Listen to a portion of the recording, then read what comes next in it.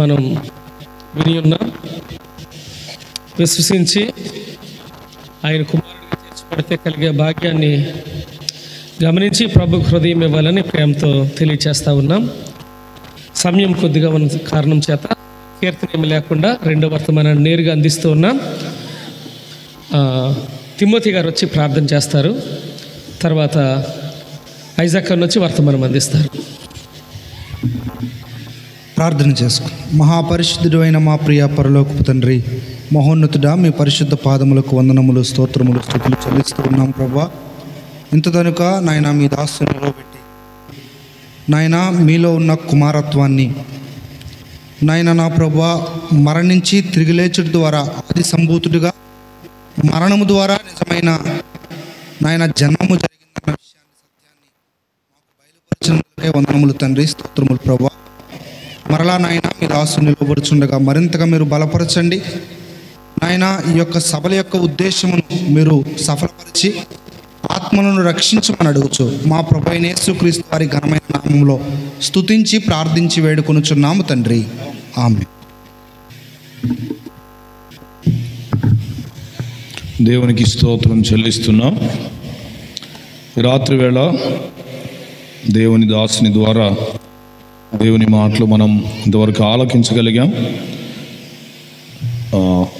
ఈ రాత్రి సువార్త ఇక్కడ ఆగితే బాగుండు అనిపించింది.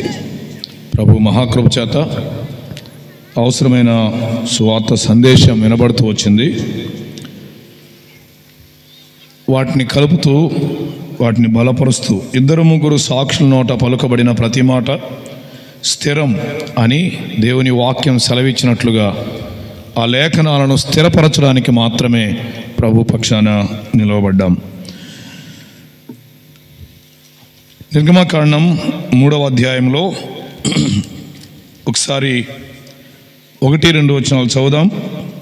నిర్గమకాండం 3వ అధ్యాయం 1-2 వచనాలు.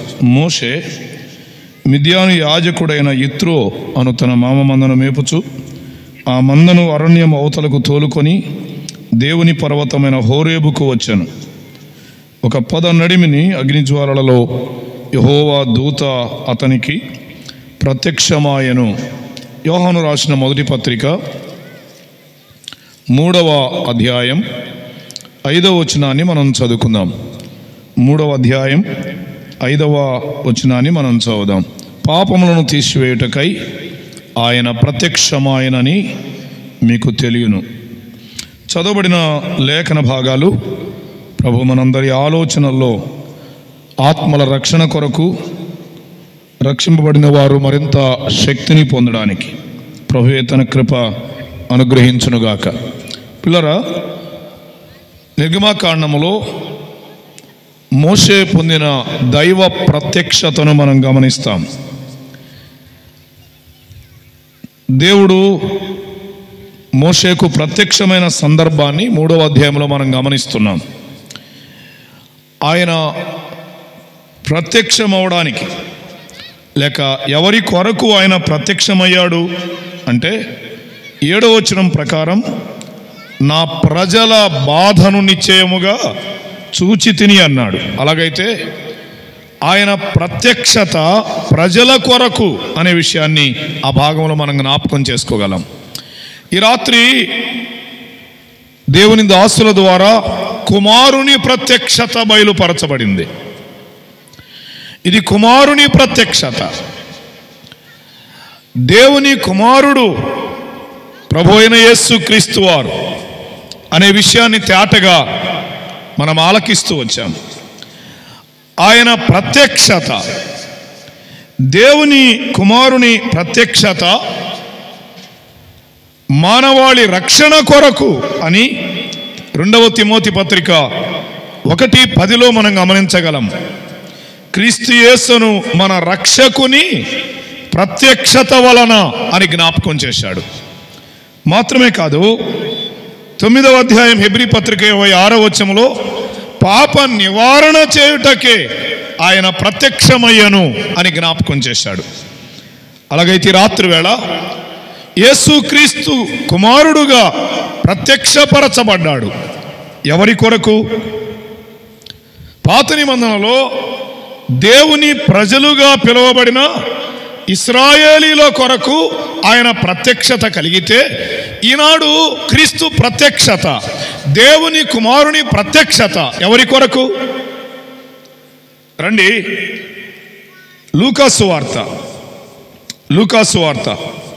మొదటి అధ్యాయం, 2వ అధ్యాయం. లూకాసు వార్త 2వ అధ్యాయం వచనం 10 చదువుదామా? లూకాసు వార్త 2వ అధ్యాయం 10వ వచనం. అయితే ఆ దూత భయపడకుడి, ఇదిగో ప్రజలందరికీ ఈ ప్రత్యక్షత ఒక జాతి వారికి కాదు, ఇది దేవుని కుమారుని ప్రత్యక్షత, ప్రభువైన యేసు క్రీస్తు వారి ప్రత్యక్షత ఒక ప్రాంతానికో ఒక జాతికో అయితే ఇది అవసరం లేదు. తేటగా చెబుతున్న మాట ప్రజలందరికీ అనే మాట జ్ఞాపకం చేస్తున్నాడు.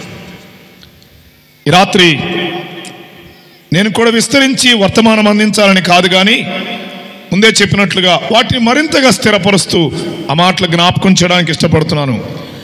ఆ కుమారుని ప్రత్యక్షత ద్వారా, లేక ఆ కుమారుని ప్రత్యక్షత ఎవరికి? ఇప్పుడే చెప్పాను, ప్రజలందరి కొరకు. నువ్వెవరివైనా, నువ్వే స్థితిగతులలో ఉన్నా, నువ్వే పరిస్థితులలో ఉన్నా, స్త్రీలైనా పురుషులైనా ఎవరైనా, సర్వ మానవాళి కొరకు, ప్రజలందరి కొరకు ఇవ్వబడిన ప్రత్యక్షత.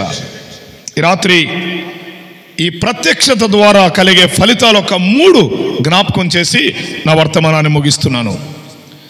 కుమారుడుగా యేసుక్రీస్తు లోకములో ప్రత్యక్షమైన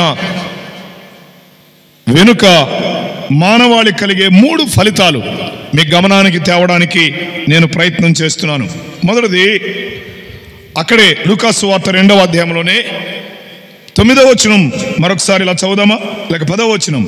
అయితే ఆ దూత భయపడకుడి, ఇదిగో ప్రజలందరికీ కలుగబోవు మహాసంతోషకరమైన సువర్తమానం. అలాగైతే మొదటి ఫలితం, ఆ కుమారుని ప్రత్యక్షత ద్వారా ప్రజలందరికీ ఏం కలుగుతుంది? సంతోషం. ఆ మాట చెప్పాడు కదా, ప్రజలందరికీ కలుగబోవు మహాసంతోషం. యేసు క్రీస్తు కుమారుడుగా, దైవ కుమారుడుగా, దేవుని కుమారుడుగా ఈ భూలోకానికి ప్రత్యక్షపరచబడడం ద్వారా ప్రజలందరికీ ఏముంది? సంతోషం. సంతోషం. నిర్గమాకాండం 3వ అధ్యాయంలో బాధలో ఉన్న వారి కొరకు ఆ ప్రత్యక్షత, ఈ ప్రత్యక్షత పాపములో ఉన్న వారి కొరకు. ప్రజలందరికీ సంతోషం అని జ్ఞాపకం చేస్తున్నాడు. ఎందుకని? ఆయన ప్రత్యక్షత, ఆయన జననం ఎందుకు ప్రజలందరికీ సంతోషం? అక్కడే చదువుదామా, లూకాసు వార్త 2వ అధ్యాయం 10వ వచనం. అయితే ఆ దూత, లేక 11వ వచనం చాలు. దావీదు పట్టణమందు నేడు రక్షకుడు మీ కొరకు పుట్టి ఉన్నాడు. విన్నారా? ఆయన ప్రత్యక్షత దగ్గర దేవుని కుమారుడుగా, యేసు క్రీస్తుగా ఈ భూలోకములో ఆయన జననం ప్రజలందరికీ సంతోషం. ఎందుకు అంటే ఆయన రక్షకుడు అని జ్ఞాపకం చేస్తున్నాడు. తల్లి బాబు, యేసుక్రీస్తు ఈ లోకానికి ప్రత్యక్షమైంది దేని కొరకు? రక్షణ కొరకే, సర్వమానవాళి రక్షణ కొరకే. ఒక వచనం చదువుదామా, తిమోతికి రాయబడిన మొదటి పత్రిక, అపోస్తలుడైన పౌలు తిమోతికి రాసిన మొదటి పత్రిక 4వ అధ్యాయం 10వ వచనం చదువుదామా. 4:10, 4వ అధ్యాయం 10వ వచనం. మనుషులకందరికీ రక్షకుడు అన్నాడు కదా. ఈ రక్షకుడు ఎవరికి రక్షకుడు? మనుషులందరికీ. దయతో అర్థం చేసుకోండి, నీవు నేను అందరం మనుషులమే కదా. పరిస్థితులు వేరైనా, ప్రాంతాలు వేరైనా, భాషలు వేరైనా, భావాలు వేరైనా అందరం మనుషులమే కదా. మనుషులందరికీ రక్షకుడు అనే మాట జ్ఞాపకం చేస్తున్నాడంటే ఆ రక్షకుడు లేకపోతే మానవునికి ఏముంది? శిక్ష ఖాయం.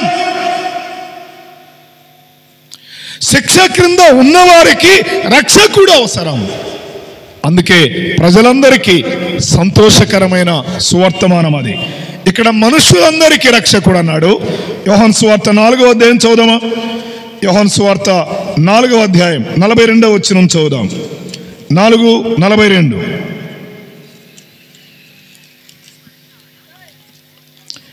4వ అధ్యాయం 42వ వచనం చదువుకుందాం. మా మట్టుకు మేము విని ఈయన నిజముగా లోకరక్షకుడని ఎవరంటేనా? నిజముగా లోకరక్షకుడు. అర్థం చేసుకుందామా? ఈయన మనుషులందరికీ రక్షకుడు, ఈయన నిజముగా లోకరక్షకుడు. అందుకే ప్రజలందరికీ ఇది సంతోషం. నువ్వు అంగీకరిస్తే సంతోషిస్తావు, అంగీకరించకపోతే శిక్ష అనుభవిస్తావు. రక్షింపబడకపోతే, రక్షణ లేకపోతే మానవుడు ఎక్కడికి వెళ్ళిపోబోతున్నాడు? శిక్షకు, ఏడ్పు పండ్లు కొరికే స్థలానికి వెళ్ళిపోబోతున్నాడు. ఆ భయంకరమైన శిక్ష నుండి విడిపించడానికే దేవుని కుమారుని ప్రత్యక్షత ఈ భూలోకములో యేసుక్రీస్తు ప్రత్యక్షపరచబడింది. అందుకే ఆగుదాం. నీ జీవితం సంతోషం అనిపించాలనుకుంటున్నావా? ఏండ్లు గడుస్తున్నాయి, 24వ సంవత్సరం కూడా నీ మీద దొరికిపోయింది. జీవితంలో సంతోషం లేదే, కుటుంబంలో సంతోషం లేదే, నెమ్మది లేని వాతావరణమే. అలాగైతే రాత్రి వేళ రక్షకుడు నీ కొరకు పుట్టాడు, నీ జీవితానికి సంతోషం ఇవ్వడానికే పుట్టాడు, నిన్ను రక్షించి నీకు సంతోషం ఇవ్వడానికే అని లోకంలో కుమారుడుగా ప్రత్యక్షమయ్యాడు. ఆయన నీ కుటుంబంలో రక్షణ కార్యాన్ని జరిగించి నీ కుటుంబానికి, నీ జీవితానికి సంతోషం ఇవ్వడానికే ఆయన రక్షకుడుగా పుట్టాడు. ఒక భక్తుడు రాశాడు పాట: క్రీస్తు జన్మించే లోకాన అందరికీ, క్రీస్తు ఉదయించే హృదయాన అందరికీ. ఆయన ఏ హృదయములో ఉదయిస్తాడో, ఏ జీవితములో ఆయన చేర్చుకుంటారో, ఆయన చేర్చుకోవడానికి ఇష్టపడుతున్నాడు. విన్నారు కదా? ఆయన చేర్చుకోవడానికి ఇష్టపడుతున్నాడు. నువ్వు చేర్చుకుంటే నీకు రక్షణ, నీకు సంతోషం. ఆలోచన చేయండి. సో మొదటిది, దేవుని కుమారుడుగా ప్రత్యక్షపరచబడిన యేసు క్రీస్తులో ఒకటి సంతోషం మానవ కోటికి. దేన్ని బట్టి? రక్షణను బట్టి. అదే కదా అక్కడ చెప్పాడు, దావీదు పట్టణమందునుడు రక్షకుడు. ఆయన రక్షకుడుగా రాకపోతే మానవాళికి ఏమి లేదు, రక్షణ లేదు. మనుషులందరికీ రక్షకుడు అనే మాట జ్ఞాపకం చేస్తున్నాడు. వాస్తవానికి మనుషులందరూ ఎవరు? ఈ మాట అపోస్తుడైన పౌలు తిమోతి పత్రికలో రాస్తూ 1వ అధ్యాయం 15వ వచనం, పాపులను. అలాగైతే మనుషులందరూ ఎవరు? పాపులే. పాపమును బట్టి మానవునికి ఏముంది? శిక్ష ఉంది, తీర్పు ఉంది. అలాగైతే రాత్రి వేళ ఆ పాపమును బట్టి వచ్చే శిక్ష, పాపము వలన కలిగే ఆ తీర్పు తప్పించుకోవాలంటే ఎవరు అవసరం? రక్షకుడు అవసరం. ఇది రక్షకుని ప్రత్యక్షత. రెండో మాటకు వెళ్దామా? ఇది ప్రజలందరికీ సంతోషం, ఆయన ప్రత్యక్షత లేక కుమారుడుగా ఆయన జన్మించడం ద్వారా. రెండవ మాటలా చదువుదాం. హెబ్రీ పత్రిక 2వ అధ్యాయం 17వ వచనాన్ని మనం చదువుదాం. 2వ అధ్యాయం 17వ వచనం. కావున ప్రజల పాపములకు పరిహారము కలుగజేయుటకు, ప్రజల పాప పరిహారం కొరకు, నెంబర్ 1 ప్రజల సంతోషం కొరకు దేవుని కుమారుడుగా ప్రత్యక్షపరచబడ్డాడు. రెండవది ప్రజల పాప పరిహారం కొరకు ఆయన దేవుని కుమారుడుగా ప్రత్యక్షపరచబడ్డాడు. ప్రియ బాబు, తల్లి, ఈ రాత్రి వేళ ఈ మాట ఆలోచన చేస్తావా? ప్రజల పాప పరిహారం కొరకు ఏ భేదము లేదు, అందరూ పాపులే అని దేవుని వాక్యం జ్ఞాపకం చేస్తుంది. నువ్వెవరివైనా, నీ స్థాయి ఏదైనా, నీ స్థానం ఏదైనా, అందరూ పాపులే అని జ్ఞాపకం చేస్తుంది. అలాగైతే పాప పరిహారం కొరకు ఆయన ప్రత్యక్షమయ్యాడు. ప్రజలందరికీ పాప పరిహారము కలుగు నిమిత్తమై ఆయన దేవుని కుమారుడుగా, యేసుక్రీస్తుగా ఆయన ప్రత్యక్షమయ్యాడు అని జ్ఞాపకం చేసుకుంటున్నాం. ఇక్కడ ప్రజల పాప పరిహారం కొరకు అన్నాడు. కానీ మనం చదివేమే యోహాను సువార్త, యోహాను మొదటి పత్రిక 3వ అధ్యాయం వచ్చిన 5 మరలా చదువుదామా. పాప పరిహారం అనే మాట అక్కడ చెప్పాడు, ఇక్కడేమన్నాడు? ఇంకా తేటగా అర్థం చేసుకునే పదాన్ని వాడాడు. 3:5 పాపములను తీసివేయటకై ఆయన విన్నారీ మాట. ఎందుకు ప్రత్యక్షమయ్యాడు? ఆయన పాపములను తీసివేయడానికి ఆయన ప్రత్యక్షమయ్యాడు. ప్రియబాబు తల్లి, ఈ రాత్రి వేళ ఆలోచించేయండి. పాప పరిహారం జరిగించడానికి వచ్చాడు. మతాల స్థాపన కొరకు కాదు, మత మార్పిడి కాదు, పాపము నుండి మార్పు చేయడం, పాప పరిహారాన్ని జరిగించడానికి దేవుని కుమారునిగా యేసుక్రీస్తు ప్రత్యక్షుడయ్యాడు. ఆయన ప్రజల పాప పరిహారం కొరకు ప్రత్యక్షమైన దగ్గర, పాపాలు తీసివేయడానికి ప్రత్యక్షమైన దగ్గర ఒక 3 విషయాల జ్ఞాపకం చేసుకుందామా. హెబ్రీ పత్రిక 2వ అధ్యాయం 14వ వచనం. కాబట్టి పాప పరిహారం కలిగించడానికి ఆయన ఎలా వచ్చాడు? కాబట్టి ఆ పిల్లలు రక్తమాంసములు గలవారైనందున ఆ ప్రకారమే మరణము యొక్క బలము గలవాడగు అపవాదిని మరణము ద్వారా నశింపజేయుటకు జీవిత కాలమంతయు మరణ భయము చేత దాస్యమునకు లోబడిన వారిని విడిపించుటకును ఆయన కూడా రక్తమాంసములలో పాలివాడాయను అన్నాడు. అలాగైతే పాప పరిహారం జరిగించాలంటే దేవుడుగా ఉంటే పాప పరిహారం జరగదు. పాప పరిహారం జరిగించడానికి ఆయన దేవుని కుమారుడుగా ఆయన ప్రత్యక్షమయ్యాడు.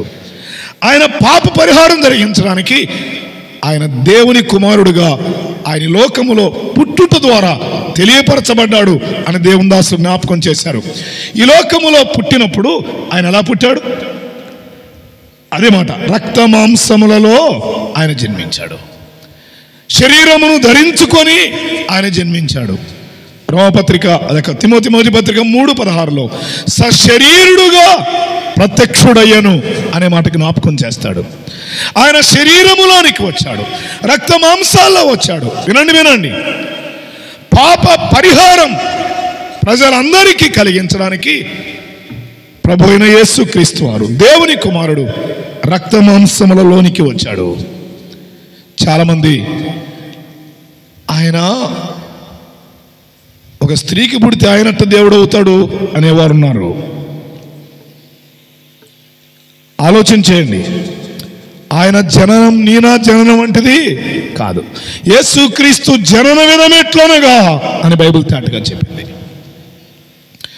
ఆయన జననం తల్లి గర్భములో పిండోత్పత్తిగా రూపుదాల్చింది కాదు. తండ్రి చేత ఒక శరీరమును అమర్చుకొని తల్లి గర్భములో ఉండి ఈ భూలోకానికి అరుదించాడు. ఆయన జన్మము ప్రత్యేకమైంది. ఆయన జన్మములో పాపము లేదు. ఆ మాట జ్ఞాపకం చేస్తున్నాను. ఆయన రక్త మాంసములలో పాలివాడాడు. ఎందుకు? పాప పరిహారం కొరకు మాత్రమే కాదు. చదువుదామా 3:5 మరలా చదువుదాం. యోహాను మొదటి పత్రిక 3:5 పాపములు తీసివేయుటకు ఆయన ప్రత్యక్షమైనని మీకు తెలియను. ఆ తర్వాత మాట గమనిద్దామా. ఆయన యందు పాపమేమీ లేదు. విన్నారా? రక్త మాంసములలో వచ్చాడు, లేక పాప శరీర ఆకారములో వచ్చాడు. అది రోమపత్రిక 8:4 పాప శరీరాకారములో వచ్చినప్పుడే ఆయన రక్త మాంసాల్లో పాలుపడయ్యాడు. ఇక్కడ మరలా చెప్తున్నాడు, ఆయన రక్త మాంసాల్లో వచ్చాడు. కానీ ఎలా వచ్చాడు? పాపము లేనివాడు. ఆయన యందు పాపము లేదు. అయ్యమ్మా, పాపము లేని పావనుడు ప్రభువైన యేసుక్రీస్తు వారు. ఆయన పరిశుద్ధుడు. ఆయనలో ఏ పాపము లేదు. ఆయన జననములో పాపము లేదు. ఆయన జీవితములో పాపము లేదు. ఆయన ప్రత్యక్షమైంది పాప పరిహారం కొరకైతే. ఇలా వినండి, పాపము కలిగి ఉంటే ఆయనలో ఏం చేయడానికి వీలుపడదు. పాపాన్ని తీసివేయడం సాధ్యం కాదు. అందుకే బైబిల్ చెప్పింది, ఎడ్ల యొక్కయు మేకల యొక్కయు పశువుల యొక్క రక్తం పాత నిబంధన కాలములో అనేక రీతులుగా చిందించబడిన పాపములు తీసివేయలేకపోయాయి. పాపములకు సంపూర్ణ సిద్ధి కలగలేదు. అందుకే ఆ ప్రియ రక్షకుడే దేవుని కుమారుడుగా ఈ భూలోకానికి అరుదించిన యేసుక్రీస్తు ప్రభువారు పాపము లేనివాడుగా ప్రత్యక్షపరచబడ్డాడు. ఆయనందు పాపమే లేదు. ఆయన అన్నాడు, నాలో పాపముందని మీలో ఎవడైనా స్థాపించగలడా? ఆయన పాపము లేనివాడు. ఆయన జీవితంలో పాపము లేదు. ఆయన జననములో పాపము లేదు. ఆయన జీవితంలో పాపము లేదు. అవును, పాప శరీరాకారములో వచ్చాడు, రక్తమాంసాల్లో పాలువాడయ్యాడు. రెండవది, పాప పరిహారం కొరకు పాపము లేనివాడుగా ఆయన ఉన్నాడు.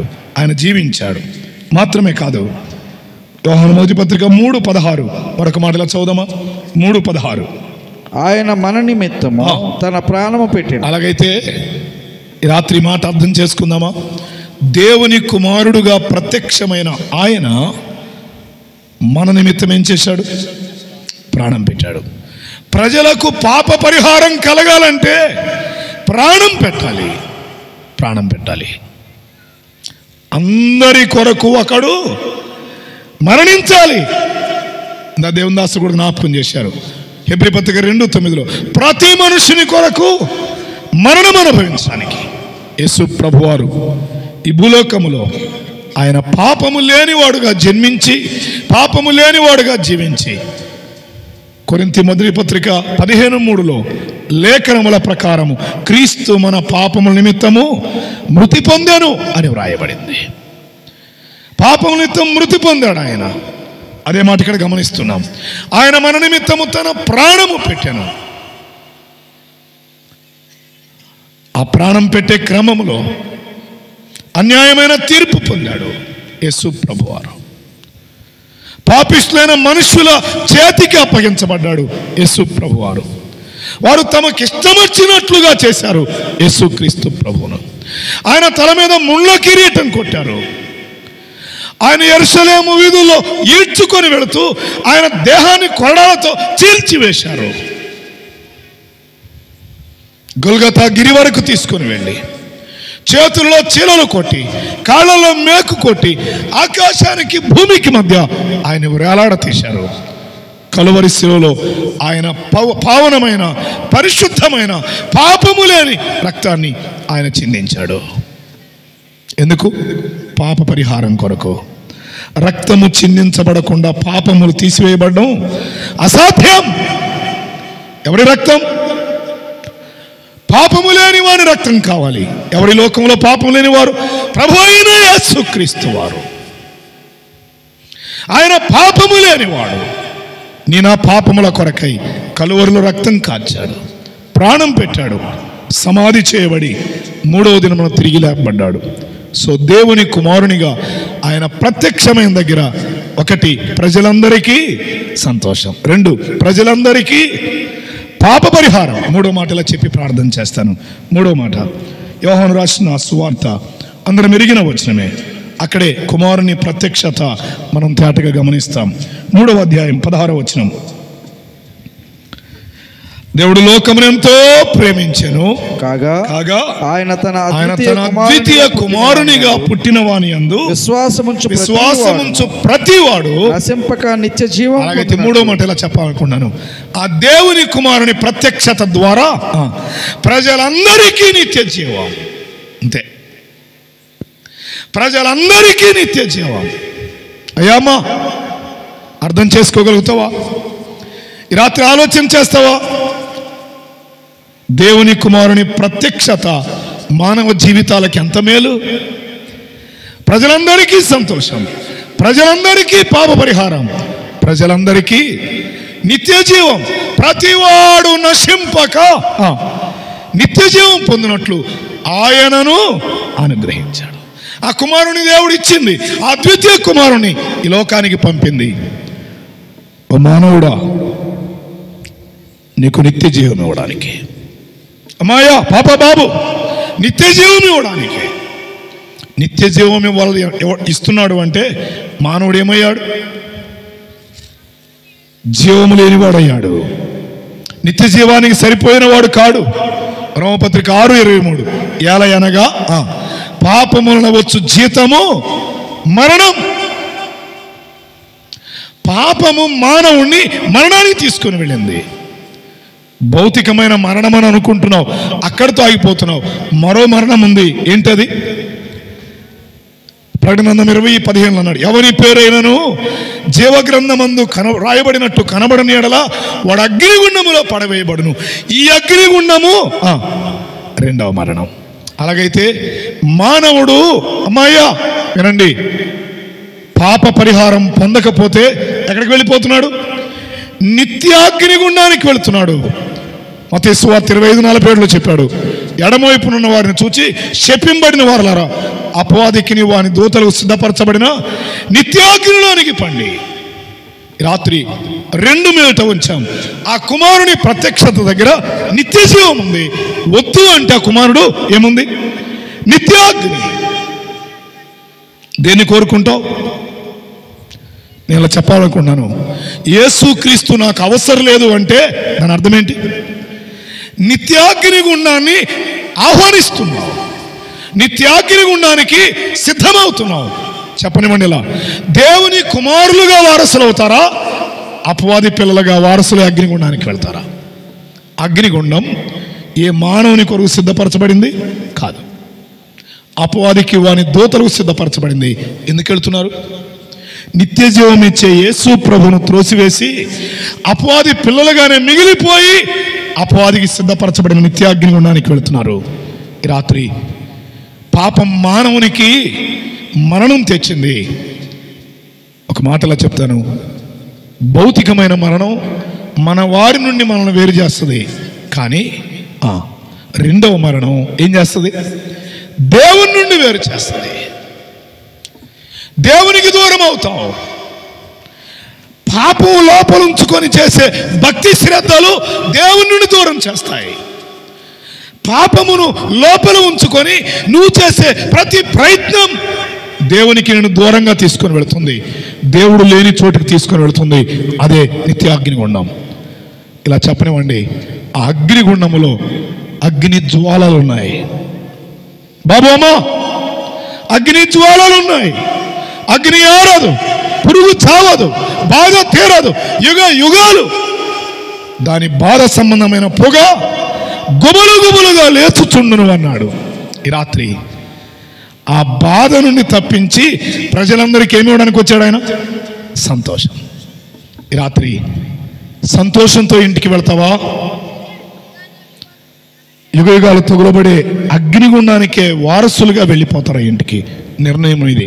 చెప్పి రమ్మన్నాడు, దేవుని దాసులుగా ఈ మాటలు చెప్పి వెళ్ళిపోతున్నాం. దేవుని కుమారుని ప్రత్యక్షత. పాత నిబంధనలో మోషేకు దేవుని ప్రత్యక్షత ప్రజల కొరకు, తన ప్రజలని ఇశ్రాయేలు కొరకు. ఈనాడు దేవుని ప్రత్యక్షత, కుమారుని ప్రత్యక్షత ఎవరి కొరకు? ప్రజలందరి కొరకు. అందులో 3 విషయాలు జ్ఞాపకం చేశాం. ఒకటి సంతోషం ప్రజలందరికీ, ఆయన ప్రత్యక్షత. రెండవది ఆ కుమారుని ప్రత్యక్షత, పాప పరిహారం ప్రజలందరికీ.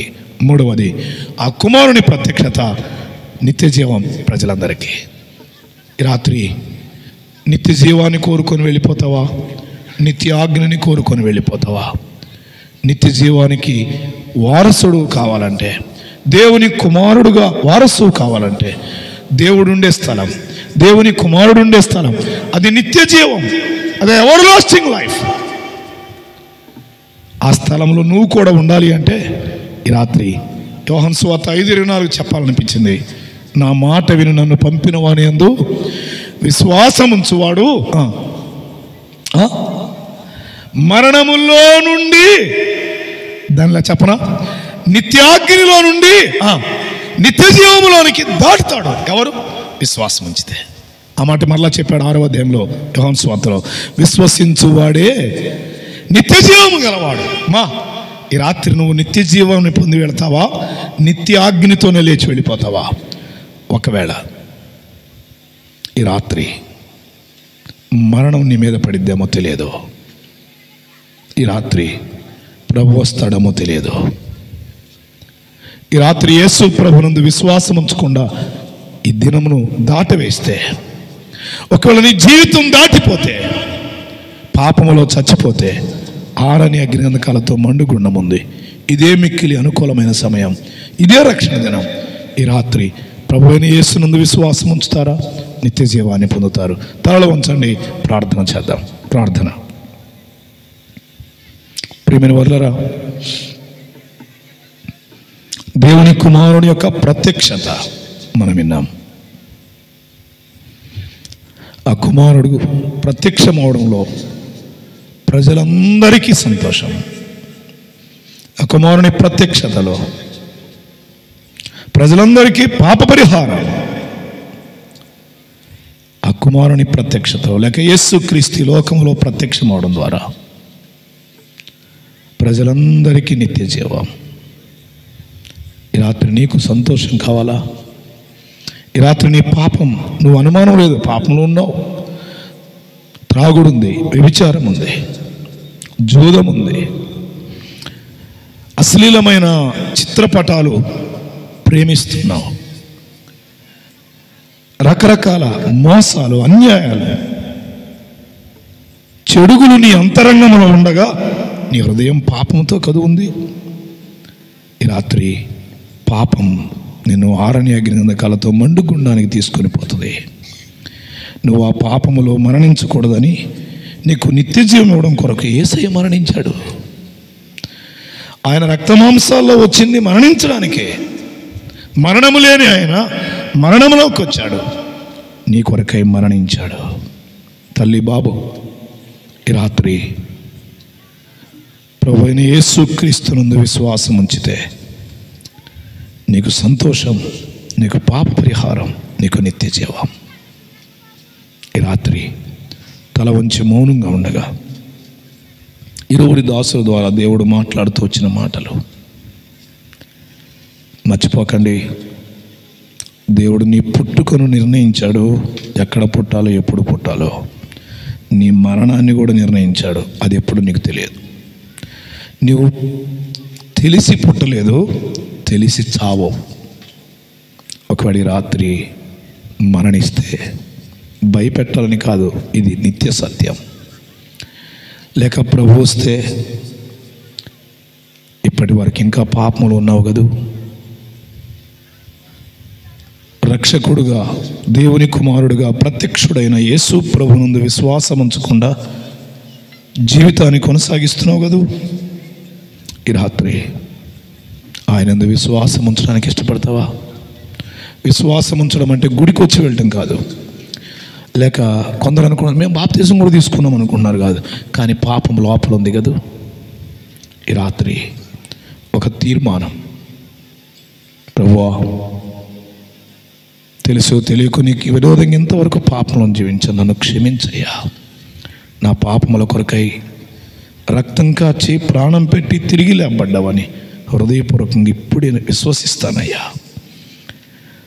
నాకు సంతోషం కావాలి, నా కుటుంబానికి సంతోషం కావాలి, నాకు పరలోకపు ఆనందం కావాలి, నా పాపాలు పరిహరించబడాలి, తీసివేయబడాలి, నాకు నిత్య జీవం కావాలి అని ఇష్టపడేవారు ఎవరైనా ఈ కూడికలో ఉన్నారా? అటువారు ఎవరైనా ఉంటే స్త్రీలు కానీ పురుషులు కానీ మీ కుడి చేతిని పైకెత్తి చూపించండి. ఎవరైనా ఉన్నారా? ఈ రాత్రి నా పాపాన్ని ప్రభు దగ్గర ఒప్పుకుంటాను. అమ్మా, దేవుడిని దీవించగల తల్లి, సిగ్గుపడొద్దు, భయపడొద్దు. ఎవరైనా ఉంటే మీ కుడి చేతిని పైకెత్తి చూపించండి. మాకు అర్థమగినట్లుగా ఈ రాత్రి వరకు ఇంకా ప్రభు నమ్మని వారు, ఇదే మీకు అనుకూలమైన సమయం. రేపు నీది కాదు, రేపుకి అవకాశం లేదు. ఈ రాత్రి పాప క్షమాపణ పొందడానికి, పాపాలు తీసివేయబడి పరలోకానికి చేరడానికి ఎవరు దిక్కులు చూడొద్దు, కళ్ళు తెరిచి చూడొద్దు. ఈ రాత్రి నాకు నిత్య జీవం కావాలి, నిత్య ఆజ్ఞని ఉండమొద్దు, నాకు నిత్య జీవం కావాలని ఇష్టపడేవారు ఇంకెవరైనా, అమ్మా దేవుడిని దీవించగల తల్లి, ఇంకెవరైనా ఉన్నారా? ప్రేమతో బ్రతిమలాడుతున్నాం. ఈ రాత్రి నిత్య జీవం కోరుకుంటావా, నిత్య ఆజ్ఞని గుండం కోరుకుంటావా?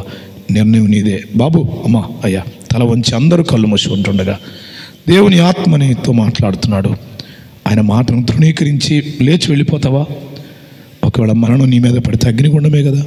ఆఖరికి అడుగుతున్నాం, ఇంకెవరైనా ఉన్నారా?